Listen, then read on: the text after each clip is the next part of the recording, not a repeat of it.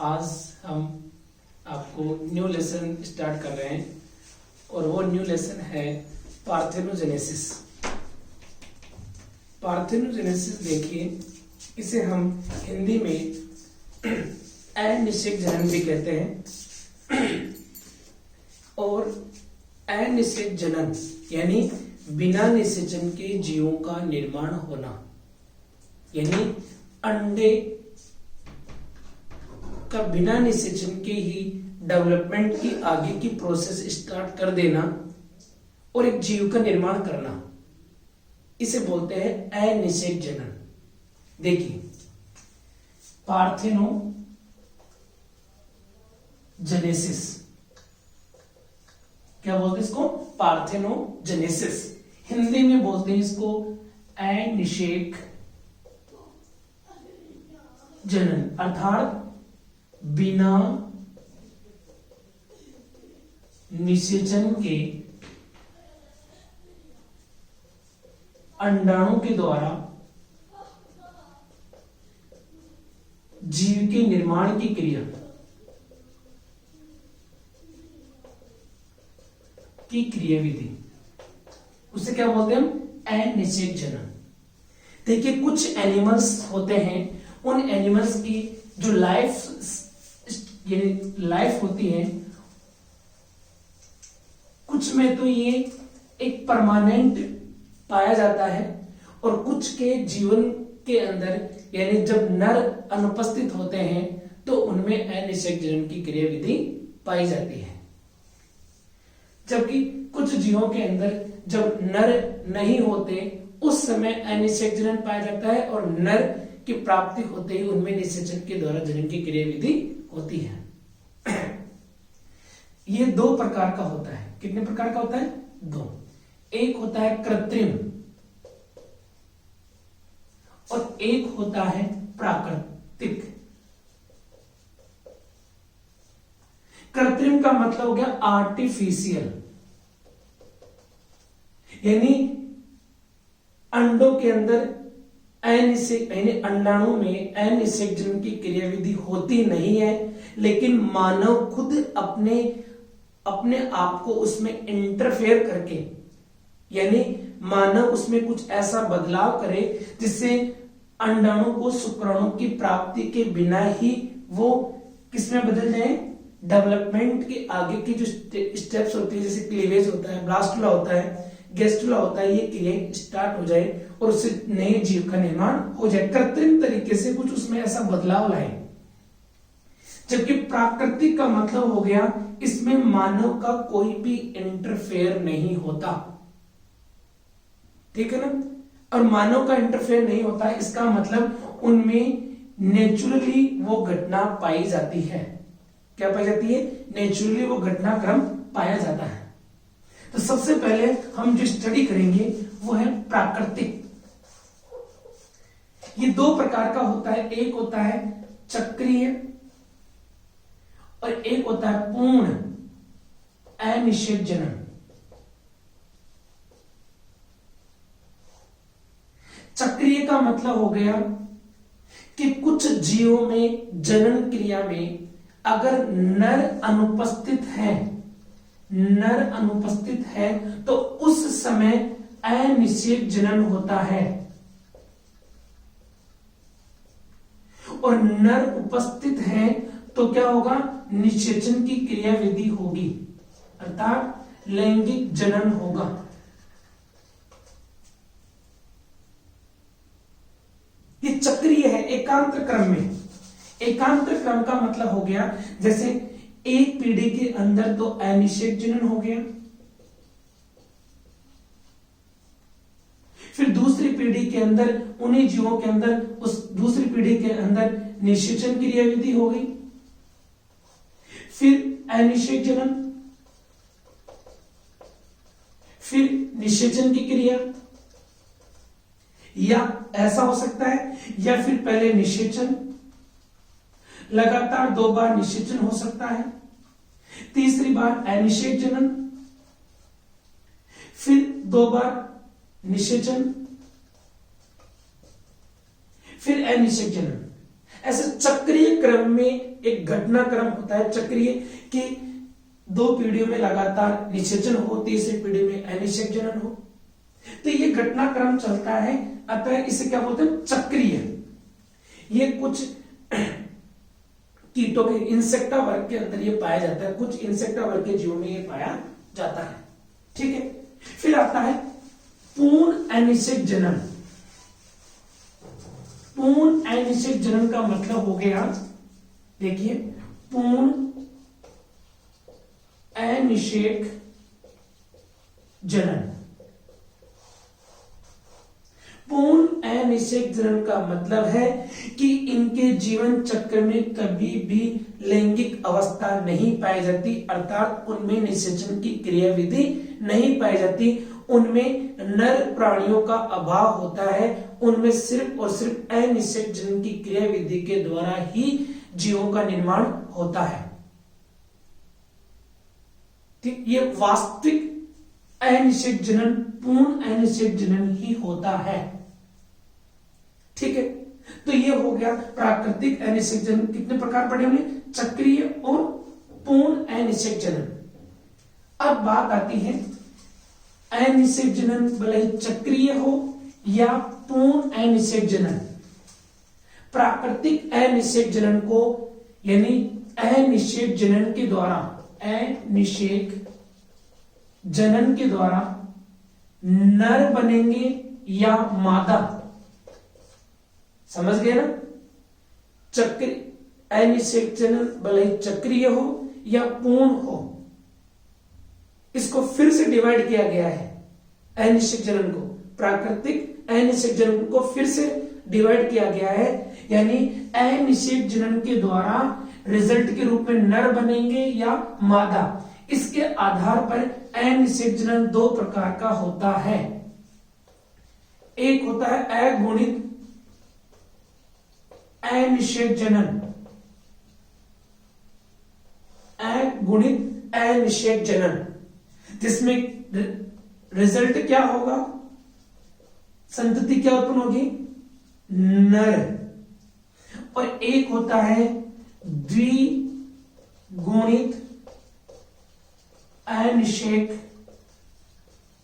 जनन, जिसमें उत्पन्न संतति क्या होगी, मादा, यानी 2n, और ये कैसा होगा, n। जैसे मधुमक्खियों में मधुमक्खी रानी, इसका हम एग्जांपल लेते हैं, रानी मधुमक्खी जो अंडा देती है वो एन होता है। अगर इसको स्पर्म अगर निषेचित करता है तो 2n जायगोट बनता है, ये मादाएं बनती है, जो क्या होती है, या तो रानी होगी या श्रमिक होंगी,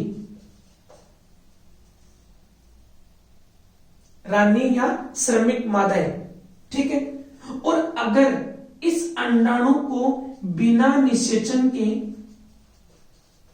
ये अंडाणु बिना निषेचन के ही आगे डेवलप होता है तो क्या बनाएगा, नर। अर्थात रानी के द्वारा दिए गए अंडाणु को अगर स्पर्म के द्वारा निषेचित नहीं किया जाता है तो वो क्या बनाएगा, नर, जिसे हम क्या बोलते हैं, ड्रोन, जो कैसा होता है, अगुणित। अर्थात अगर अंडाणु बिना निषेचन के ही जीव का निर्माण करता है तो बनने वाली संतति अगुणित होती है, वो क्या होता है, नर। अतः इसे क्या बोलते हैं, अगुणित अनिषेक जनन। अब बात आती है कि द्विगुणित अनिषेक जनन क्या होता है।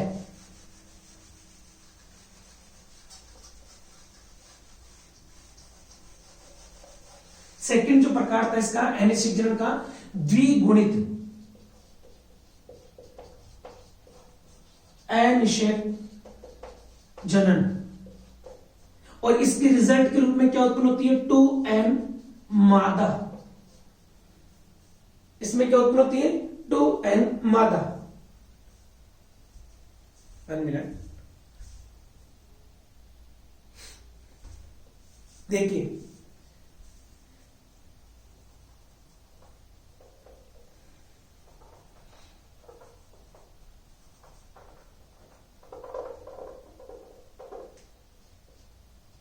अब 2n मादा का निर्माण कैसे होगा? देखिए, पहला था, इसको दो भागों में बांटा गया है। अर्धसूत्री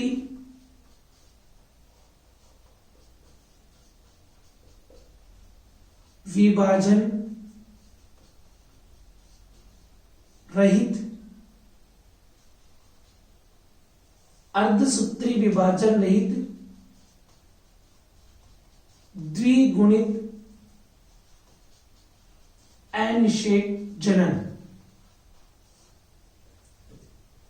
अर्धसूत्री विभाजन रहित द्विगुणित अनिषेक जनन। हमने अंड जनन की क्रियाविधि पढ़ी है। कौन सी क्रियाविधि पढ़ी है? अंड जनन की क्रियाविधि पढ़ी है। और जब प्राइमरी oocytes जब ग्रोथ फेज में प्रवेश करता है, और ग्रोथ फेज में इसे बोलते हैं प्राइमरी oocytes, प्राथमिक अंड कोशिकाएं। और जब ये ग्रोथ फेज से यानी वृद्धि प्रावस्था से विभाजन प्रावस्था में प्रवेश करता है, तब इसमें होता है प्रथम अर्धसूत्री विभाजन। हमने अंडजनन की क्रियाविधि में पढ़ा है, आप अपनी नोटबुक के अंदर अर्धसूत्री विभाजन का डायग्राम देखना, oogenesis में जो फर्स्ट पेज पे दे रखा है। इस दरमियान इसमें दो, एक बड़ी एन बनती है और एक छोटी पोलर बॉडी का फॉर्मेशन होता है। इसे तो बोलते हैं फर्स्ट, प्रथम ध्रुव का पोलर बॉडी, और इसे बोलते हैं द्वितीयक अंड कोशिका। अब इसमें सेकंड अर्धसूत्री विभाजन होता है, जो किसके समान होता है? समसूत्री के समान। इससे क्या बनेगी? एक बड़ी एम, इसे ओम बोलते हैं, एक छोटी पोलर बॉडी, इससे भी दो पोलर बॉडी का फॉर्मेशन होता है। अब अगर मैं इस विभाजन में से प्रथम अर्धसूत्री विभाजन को ही हटा दूं, प्रथम अर्धसूत्री विभाजन को अगर मैं हटा दूं, तो इसमें क्या होगा? प्रथम अर्धसूत्री विभाजन नहीं होगा। ये लो, अब इसमें मैं डायरेक्ट ही द्वितीयक अर्धसूत्री विभाजन करूं, और द्वितीयक अर्धसूत्री विभाजन किसके समान होता है? समसूत्री के समान। अर्थात द्वितीयक अर्धसूत्री में समसूत्री विभाजन के समान दो, क्या नाम है, द्विगुणित, यानी अगर गुणसूत्रों की संख्या जितनी मदर कोशिका में होती है उतनी ही पुत्री कोशिकाओं में होती है। इसमें 2n है, तो इसके द्वारा भी दो 2n बनेगी, एक छोटी और एक बड़ी। ये बड़ी जिसे हम ओवम बोलते हैं, और इसे बोलते हैं पोलर बॉडी। अब ये ऑलरेडी द्विगुणित है, इसे शुक्राणु की आवश्यकता नहीं पड़ेगी, और ये आगे डेवलप करके किसका निर्माण करेगी? मादा का निर्माण करेगी, जो कैसी होगी? 2n, द्विगुणित मादा होगी। अतः इसे बोलते हैं अर्धसूत्री विभाजन रहित। अर्धसूत्री कौन सा? अर्धसूत्री कौन सा? प्रथम। तो यहां पर देखिए, प्राइमरी oocytes में द्वितीयक अर्धसूत्री विभाजन ही होता है डायरेक्ट, प्रथम अर्धसूत्री विभाजन होता ही नहीं है। ठीक है ना? अर्थात प्रत्यार्पण हो गया उसका। क्या हो गया? प्रत्यार्पण। समझ गए ना? यानी द्विगुणित होना है अंडाणु को, तो इसकी प्रथम कौन सी थी? प्रत्यार्पण। ये प्रत्यार्पण है, प्रथम अर्धसूत्री विभाजन को त्याग दिया गया है। दूसरा, स्वनिषेचन। स्वनिषेचन का मतलब क्या है? कि इसमें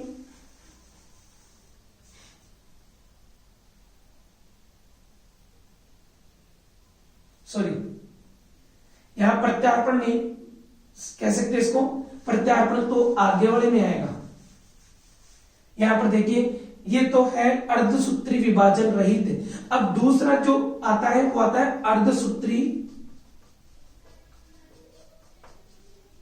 विभाजन सहित, यानी अर्धसूत्री विभाजन होगा, नॉर्मल oogenesis की प्रोसेस चलती रहती है। जैसे इस डायग्राम से हम समझ लेंगे इसको कि फर्स्ट अर्धसूत्री विभाजन होगा। प्रथम अर्धसूत्री विभाजन में होता क्या है, यहां पर देखिए क्या है, इसमें देखो सबसे पहले है प्रत्यार्पण। अर्धसूत्री विभाजन सहित द्विगुणित अनिषेक जनन है इसका नाम। और इसमें गुणसूत्रों की संख्या 2n कैसे होती है, 2n यानी द्विगुणित अंडाणु का निर्माण कैसे होता है, द्विगुणित मादा कैसे बनती है वो देखिए। प्रथम यानी ये विभाजन कब तक होगा, यानी आधे गुणसूत्र n गुणसूत्र इधर चले गए, n गुणसूत्र इधर चले गए विभाजन के दौरान। अर्धसूत्री प्रथम विभाजन के दौरान आधे गुणसूत्र ऊपर की तरफ चले गए, आधे गुणसूत्र नीचे आ गए। अब जब कोशिका द्रव्य का विभाजन का समय आया तो कोशिका द्रव्य का विभाजन नहीं हुआ, और विभाजन नहीं हुआ और तुरंत उसमें कौन सा स्टार्ट हो गया, अर्धसूत्री सेकंड। अभी भी एक ही कोशिका है ये। अर्धसूत्री प्रथम हुआ, गुणसूत्र विपरीत ध्रुवों की तरफ चले गए, एक उत्तरी ध्रुव की तरफ चले गए, आधे गुणसूत्र दक्षिण ध्रुव की तरफ चले गए। लेकिन विभाजन कब पूर्ण माना जाता है, जब कोशिका द्रव्य का पूर्ण रूप से दो भागों में विभाजन हो जाए। यहां पर विभाजन नहीं हुआ, विभाजन की क्रिया का प्रत्यार्पण हो गया, त्याग दिया गया। ठीक है, अब इसमें अर्धसूत्री सेकंड होगा, और अर्धसूत्री किसके समान होता है, समसूत्री के समान। अब इससे जो दो कोशिकाएं बनेगी वो होगी 2n और एक छोटी होगी 2n। एक होगी पोलर बॉडी और ये होगी ओवम, जो कैसा होगा 2n। ये मादा उत्पन्न होगा, आगे डेवलपमेंट करके कैसा उत्पन्न होगा, मादा। तो यहां पर किस चीज का प्रत्यार्पण हुआ कि कोशिका द्रव्य का विभाजन नहीं हुआ। प्रथम अर्धसूत्री विभाजन में गुणसूत्र तो आधे आधे विपरीत ध्रुवों की तरफ चले गए, आधे इधर आ गए और आधे इधर आ गए। अब बात आती है तीसरा, इसका दूसरा प्रकार कि कैसे द्विगुणित होगी संख्या की, वो होता है स्वनिषेचन। यानी नॉर्मल तरीके से विभाजन होता है और एक अंडाणु का निर्माण होता है, अगुणित अंडाणु का निर्माण होता है। प्रथम अर्धसूत्री विभाजन के दौरान एक एन और एक छोटी पोलर बॉडी एन का फॉर्मेशन होता है। इसे सेकेंडरी oocyte बोलते हैं। क्या बोलते हैं, द्वितीयक अंड कोशिका। अब इसमें होगा अर्धसूत्री सेकंड, जो किसके समान होगा, समसूत्री के समान, जिससे क्या बनेगी, एक ओवम, जिसे क्या बोलते हैं हम, ओवम। और इससे क्या बनेगी, एक छोटी सेकंड पोलर बॉडी। इससे भी समसूत्री विभाजन होगा, 2n पोलर बॉडी का फॉर्मेशन हो जाएगा।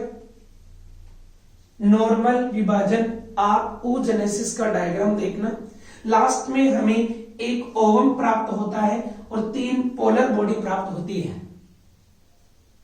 ठीक है, अब अंत में क्या होता है, ये और ये दोनों, यानी एक पोलर बॉडी और एक ओवम दोनों मिक्स हो जाते हैं और मिक्स होकर दो ये एन और ये एन मिलकर क्या बोलते हैं, 2n का फॉर्मेशन कर लेते हैं। यानी स्वयं निषेचन की क्रिया हो जाती है, यानी एक पोलर बॉडी का n गुणसूत्र एक ओवम के एन गुणसूत्र के साथ में मिक्स हो जाता है और एक 2n अंडाणु का निर्माण कर लेते हैं। एक तरह से जायगोट होता है। इस प्रकार से गुणसूत्र की संख्या क्या हो जाती है इसमें? दुगनी। और उत्पन्न संतति क्या होगी? मादा। अतः अर्धसूत्री विभाजन रहित द्विगुणित अनिषेक जनन एक प्रकार ये, और एक अर्धसूत्री विभाजन सहित विभाजन भी हो रहा है, फिर भी गुणसूत्रों की संख्या क्या हो रही है? दुगनी हो रही है। ठीक है, ये तो हो गया कौन सा? प्राकृतिक अनिषेक जनन। अब आता है कृत्रिम अनिषेक जनन। कृत्रिम अनिषेक जनन देखिए क्या है, ये हमने पढ़ा है, वो पढ़ा है कृत्रिम यानी प्राकृतिक अनिषेक जनन। कृत्रिम का मतलब हो गया आर्टिफिशियल। प्राकृतिक के अंदर हम कोई भी इंटरफेयर नहीं कर सकते। ये प्रकृति के द्वारा चलने वाला घटनाक्रम है। अब आता है हमारे वो है, देखिए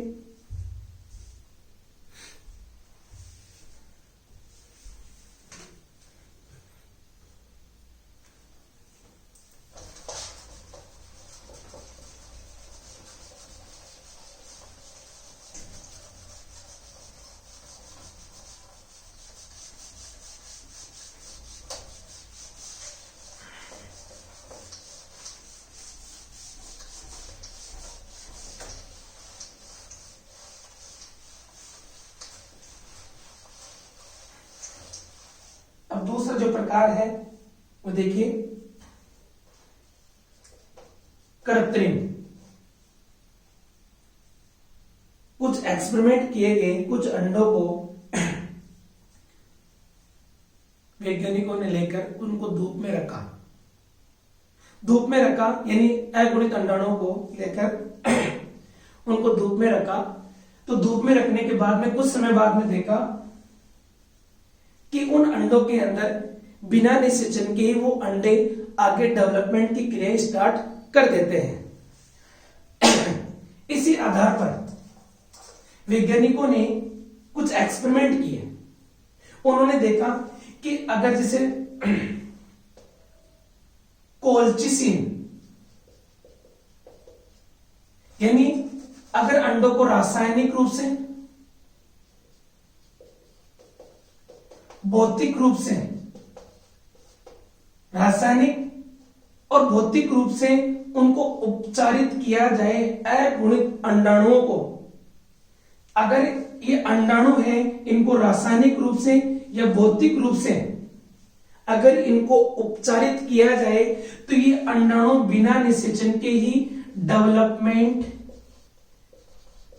स्टार्ट कर देते हैं, अर्थात उनमें क्लीवेज स्टार्ट हो जाएगा। रासायनिक रूप से जैसे इसके ऊपर बेंजीन डालें अपन, ये अंडाणु है इसको बेंजीन में डालें, या इस अंडाणु को हम सल्फ्यूरिक एसिड में डाल डुबोकर निकाल लें,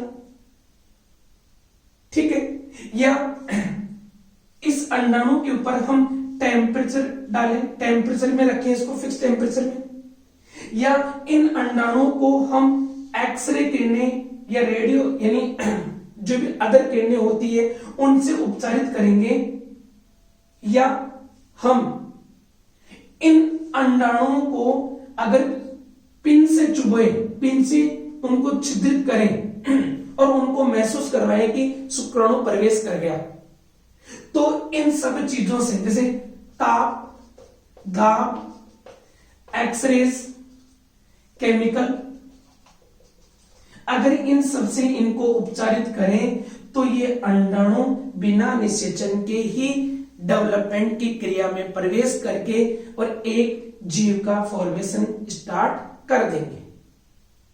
वो कौन कौन से होते हैं? यानी रासायनिक, भौतिक, ठीक है। रासायनिक में कई प्रकार के रसायन जैसे कोल्चिसिन है, बेंजीन है, क्लोरोफॉर्म है। अगर इनको अंडों के ऊपर डाला जाए तो ये अंडे बिना निषेचन के ही आगे डेवलपमेंट की क्रियाविधि स्टार्ट कर देते हैं। इसी प्रकार से भौतिक जैसे ताप, दाब, एक्सरे किरणें अगर अंडों के ऊपर डालें तो भी अंडे बिना निषेचन के ही आगे की तरफ डेवलपमेंट की क्रिया स्टार्ट कर देते हैं। उसी तरह से अंडों को अगर कृत्रिम रूप से, जैसे ये अंडा है, इस अंडे को चारों तरफ से अगर हम पिन से चुभोएं तो अंडे समझेंगे, इनको इंडक्शन मिल जाएगा, प्रेरण मिल जाएगा और ऑटोमेटिकली अंडा बिना निषेचन के आगे डेवलपमेंट की क्रिया स्थापित कर देगा। तो यह है आपके कृत्रिम और प्राकृतिक अनिषेचन। ये आपका जो टॉपिक है, इतना सही टॉपिक है, ये आपका कंप्लीट होता है। जय हिंद।